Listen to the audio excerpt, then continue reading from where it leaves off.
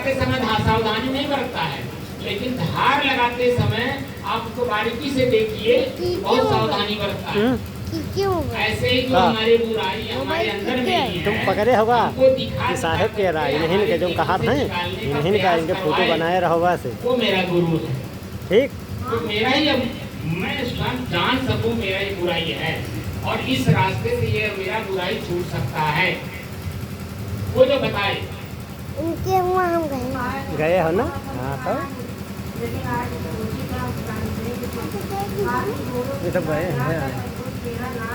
ये आवाज आपकी पूरी नहीं आ रही, थोड़ा और बताइए।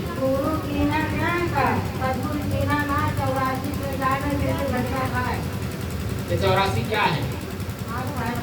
तो आपके मन को ही 84 कहते हैं, कहीं बाहर नहीं है। 84 आपका जो मन भटकता रहता है बार बार, आप लोग माताएं हैं, आप लोगों का मन देखिए कितना चंचल रहता है।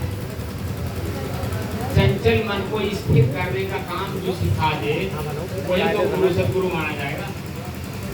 सत्य एक है, मैंने दो बताया था ना, लेकिन अब मैं बता रहा हूँ कि सत्य एक है, वो आप स्वयं हैं। ये शरीर भी असत्य है, इस शरीर से परे जो मैं इसमें रहने वाला है, इसका जो बोध करा दे, अपने अकेलेपन का एहसास करा दे, वही आपका सदगुरु है। सत्य का वो आला का नाम सदगुरु। सत्य का गुरु माने प्रकाश करने वाला, जो सत्य का बोध करा दे, आपका अपने अकेलेपन का एहसास करा दे, उसको सदगुरु कहते हैं। तो पहले सबसे पहले तो आप अपने श्वास को देखो, आंख बंद करो, तो आंख से हवा तो दिखाई देता नहीं, हम अंदर लेते हैं, लेकिन महसूस तो होता है। हम श्वास ले रहे हैं, छोड़ रहे हैं, ये हम खुद अनुभव करते हैं। हम अपना श्वास ले रहे हैं, हम अनुभव कर रहे हैं। आपका श्वास चल रहा है कि नहीं चल रहा है, मैं कैसे अनुभव कर पाऊंगा? मेरे अंदर में बुराई है, कौन सी बुराई है वर्तमान में मेरे मन में, ये मैं समझ रहा हूँ, आप लोग कोई समझ रहे हैं? आपके अंदर में जो मन के अंदर में बुराई है, वो आप समझ रहे हैं कि मैं समझ रहा हूँ? अपनी खुद की चीज को खुद समझ करके उसको रखना है कि निकालना है। जैसे आप लोग चावल अमनिया करती हैं, सूपा का प्रयोग क्यों करती हैं? कहा था आप उसमें भूसी है, कंकड़ है, पत्थर है, मिट्टी है, ठीक है, धान भी है, पछोड़ती है कि नहीं? तो पछोड़ते समय सिर्फ चावल को आप उसमें सूपे में रखना चाहती हैं। चावल के अलावा जितना चीज है सब उससे सूपे से फटकती है कि नहीं? वो जो सूपा है वही आपकी वृत्ति है, उसी को बोलते हैं विवेक। विवेक और विचार, विचार व्यवहार में और अध्यात्म में विवेक। विवेक का मतलब होता है दो चीजें एक में मिल गई हैं, दोनों को अलग अलग करने का जो शक्ति है उसको विवेक कहते हैं। तो मेरे इसी शरीर में दो चीज है, एक मैं, एक मेरा शरीर। एक मैं, एक मेरा शरीर। तो मेरा शरीर का मतलब होता मेरे से अलग है तब तो मेरा है, और मैं मतलब मैं स्वयं। मैं से मैं कभी बिछोड़ नहीं सकता, लेकिन मेरा कभी मैं हो नहीं सकता। ये होगा?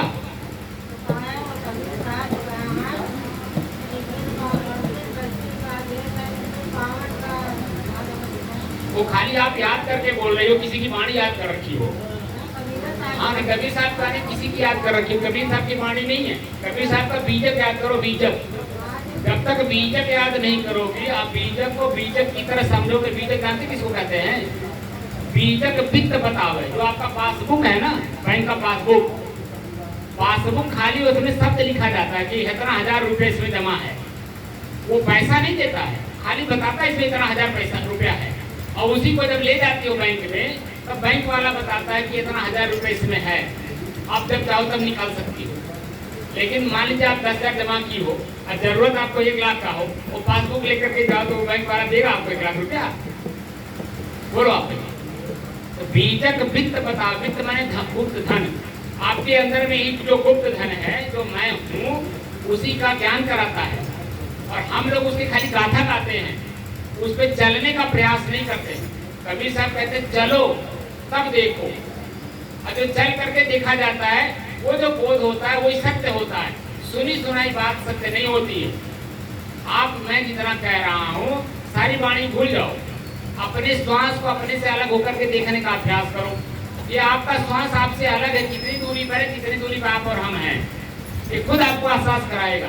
अब जैसे ये श्वास आपको एहसास हुआ कि मेरे से अलग है, वैसे आंख भी मेरे से अलग है, ये कान भी मेरे से अलग है, ये जो मन है बोलने वाला, सुनने वाला, चिंतन करने वाला, ये भी मेरे से अलग है। ये सारी चीजें हमसे अलग अलग महसूस होने लगेगी।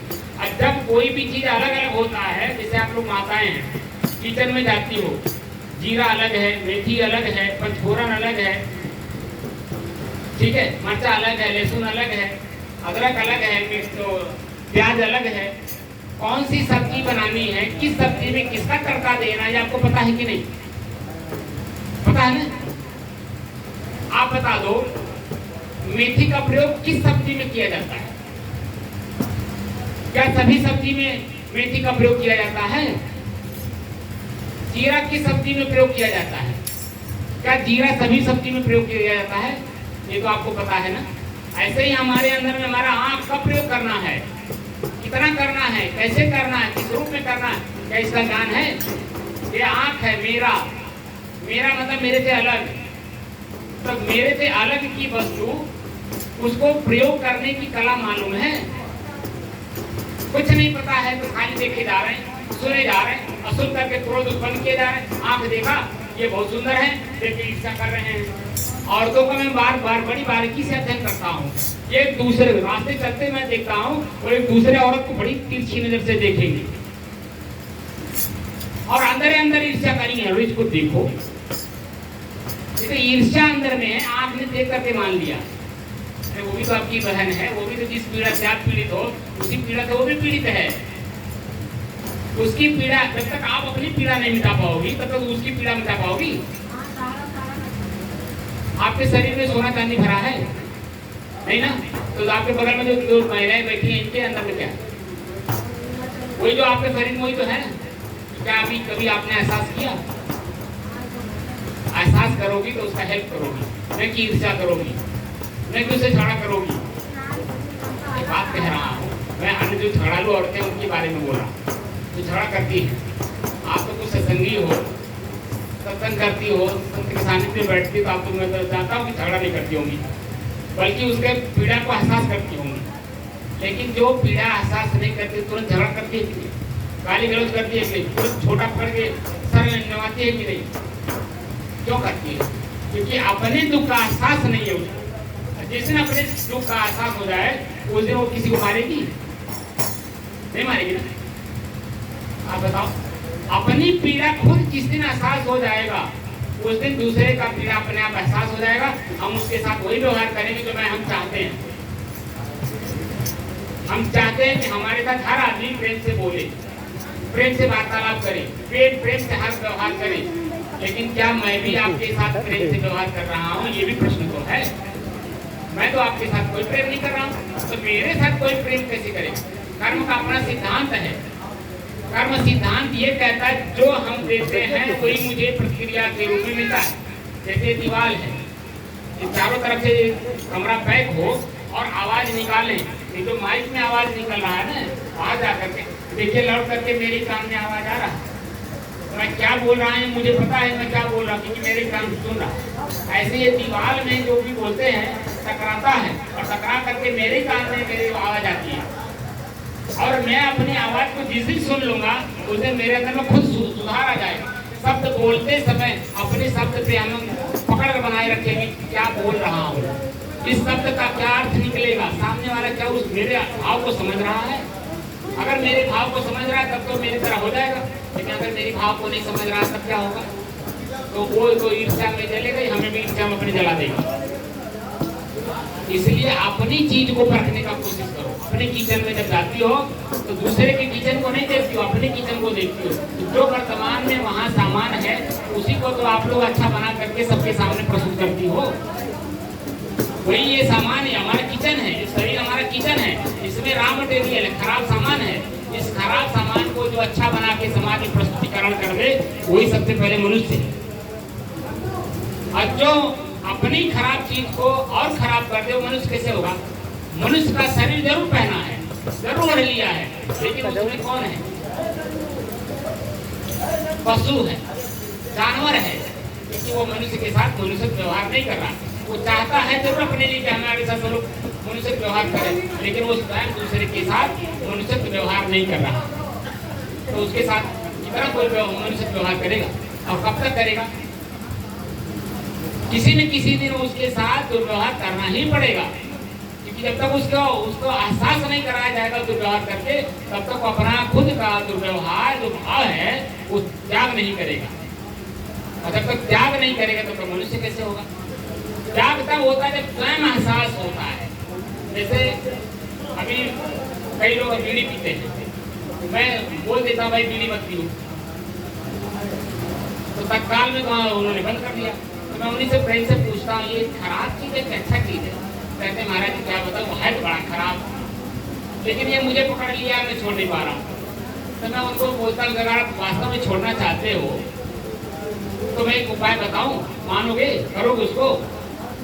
तो बड़े चाल से पूछते महाराज बताओ।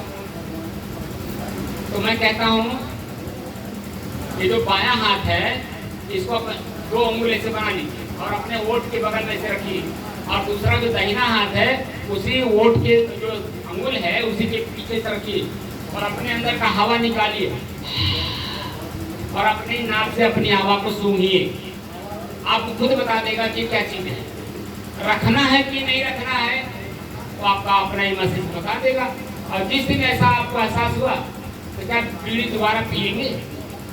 क्यों? क्योंकि मस्तिष्क बताएगा दुर्गंध है, आपका ही मस्तिष्क बताएगा ना कि दुर्गंध है, सुगंध इसमें नहीं है। अब दुर्गंध की चीजें क्या कोई अपने पास रखेगा? निकालेगा नहीं निकालेगा? जैसे ही कोई भी चीज खराब महसूस हुआ वो अपने आप छूट जाता है, छोड़ना नहीं पड़ेगा, खाली एहसास करिए कि खराब है। ये जो मेरा शरीर है इसको देखो, तीसरे भी सुबह इसमें क्या है, आँख से कीचड़, मुंह से लार, मोटा क्या क्या निकला रखा है, ये गंदगी का अंबार। इसी गंदगी में रह करके हम लोग हम करके घूमते रहते हैं, जो कि हम है नहीं, हम तो कुछ और हैं। उसे हमको जानने के लिए सत्संग कर रहे हैं, ये जो सत्संग कर रहे हैं उसे हमको जानने के लिए। तो हम कौन है, उसको कैसे एहसास करेंगे? अपने श्वास को जब तक अलग नहीं देखोगी तब तक। जैसे एहसास अलग महसूस हुआ, इसमें सुगंध है कि दुर्गंध है, बैठना है कि नहीं, ये आपका मस्तिष्क खुद बता देगा। वहाँ बैठिए, चिंतन करिए। और इसको जानते हैं कब अभ्यास करना है? सुबह जगने के बाद और शाम को सोने से पहले, दिन में बिल्कुल नहीं करना है। जब ये 2 स्थितियों में परिपक्व हो जाए 15-15 मिनट में 15 मिनट डेली अभ्यास करिए। सुबह जगने के बाद और शाम को सोने से पहले सब काम निपटा लीजिए, सबको सुना लीजिए। अपने स्वयं जब सोने जाइए तो थोड़ी देर आंख बंद करके अपने श्वास को अपने से अलग होकर के देखते देखते सो जाइए। तो आपको महसूस होगा नींद कब आ गई, आपको पता नहीं चलेगा, क्योंकि श्वास को देख रहे हैं ना। श्वास को देखते देखते आपका मन उसी में लीन हो जाएगा, आपको पता नहीं चलेगा। बस अभ्यास करिए अपने श्वास को अपने से अलग होकर के देखने का, सोने से पहले और जगने के बाद। और जब ये परिपक्व हो जाए तब जब समय मिले, जहाँ मिले, जैसे मिले, जिस रूप में मिले, वैसे अपने श्वास का अभ्यास करिए। मैं तो इतना अभ्यास करवा देता हूँ कि चलते उठते बैठते सोते जागते हर समय अपने श्वास का अनुभव हो। क्योंकि जो हम काम करते हैं उस समय में हमारा शरीर थकता है, अपना श्वास अपने आप तेज चलने लगता है। हम कोई बात सोचते हैं, ज्यादा अगर कोई बात चिंता में सोच लेते हैं, अपने श्वास तेज चलने लगता है। इसको आजकल डॉक्टर लोग क्या बोलते हैं, ब्लड प्रेशर। आपका प्रेशर बढ़ गया है, क्यों बढ़ गया है? मन में चिंता है, आप चिंतन कर रहे हैं, आपका मन प्रसन्न है, कोई ब्लड प्रेशर नहीं है। मन प्रसन्नचित है, आनंदित है, पूरा शरीर आनंदित है, आप उस समय में नाप करके देखिए, कोई ब्लड प्रेशर नहीं होगा। लेकिन जिस समय में दोनों ना हो, आनंद की अनुभूति भी ना हो, दुख का अनुभव भी ना हो, उस समय की जो स्थिति है वो वास्तव में आपकी अपनी स्थिति है। लेकिन ये अभी बड़ी ऊंची बात है, अनुभव तब तक नहीं हो पाएगा जब तक खुद अभ्यास नहीं करें। ये खुद के अभ्यास की चीज है। जैसे भोजन में, भोजन स्वादिष्ट है देख करके आप नहीं बता सकते, देख करके भोजन का स्वाद नहीं बता सकते। लेकिन वही भोजन जब जीभ पर पड़ता है तो जीभ अपने आप मस्तिष्क को बता देता है स्वादिष्ट है कि नहीं, और इसको अंदर लेना है कि नहीं, और दांत में चबाना है कि नहीं। अपने आप ये जीभ आपको बताता है। जैसे जीभ पे पड़ा मस्तिष्क आपको बताएगा, क्योंकि चेतना है ना, ये चेतना एक दूसरे का चेतना एक दूसरे को ट्रांसफर करते हैं। यहाँ का जीव का जो चेतना है वो मस्तिष्क को देता है, और मस्तिष्क का जो चेतना है वो चित्त को देता है, और चित्त का जो चेतना है वो बुद्धि को देता है, बुद्धि का जो चेतना है वो कर्म को देता है। ये चार जगहों पे हमको उलझा हुआ रखता है हमारा मन। कबीर साहब क्या कहते हैं, नौ मन सूत उलझ नहीं सुलझे, जन्म जन्म उछेरा। नौ मन सूत क्या है? शब्द, स्पर्श, रूप, रस, गंध, मन, चित्त, बुद्धि, अहंकार। ये जो 9 चीजें हैं ये इसी में हम लोग उलझे हुए हैं, और इन्हीं चीजों से अपने आप को सुलझाना है। तो कैसे सुलझाएंगे? सबसे पहले शुरुआत करिए अपने श्वास से। मेरा श्वास मुझे उलझा रखा है, इसको कैसे, इससे कैसे अपने आप को सुलझाएं? जैसे श्वास से अपने आप को सुलझाए वैसे आंख से भी सुलझा लेंगे, कान से भी सुलझा लेंगे, लेकिन सबसे पहले तो अपने श्वास को ही शुरू करिए। ये कबीर साहब नहीं, ये ऋग्वेद काल से चला रहा। भगवान और ईश्वर जो है ऋग्वेद काल से है। ऋग्वेद में लिखा है, ऋते ज्ञानान्न मुक्ति, बिना ऋत के ज्ञान के मुक्ति संभव नहीं है। ऋत कहते प्रकृति को, और प्रकृति हमारा शरीर है। अपने शरीर का ज्ञान अपने स्वयं जब तक नहीं होगा तब तक किसी शरीर से, अपने कष्ट और दुख से पीड़ा मुक्त हम नहीं हो सकते। मेरी बात समझ रहे नहीं? अच्छा, अब आप लोग जाना चाहते हैं तो आप लोग आप जा सकते हैं, कोई बात नहीं। भोजन करना है।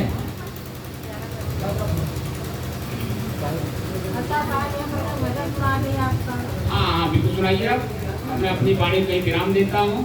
साहिब, कोई बात अगर मेरी समझ में ना आया हो तो आप समझ सकते हैं, लेकिन कोई बात बुरी लगी हो तो मेरा वापस कर दीजिएगा। जो अच्छा हो उसको रख लीजिएगा, और जो बुरा लगा हो मुझे वापस कर दीजिएगा। साहिब, बंदगी साहब।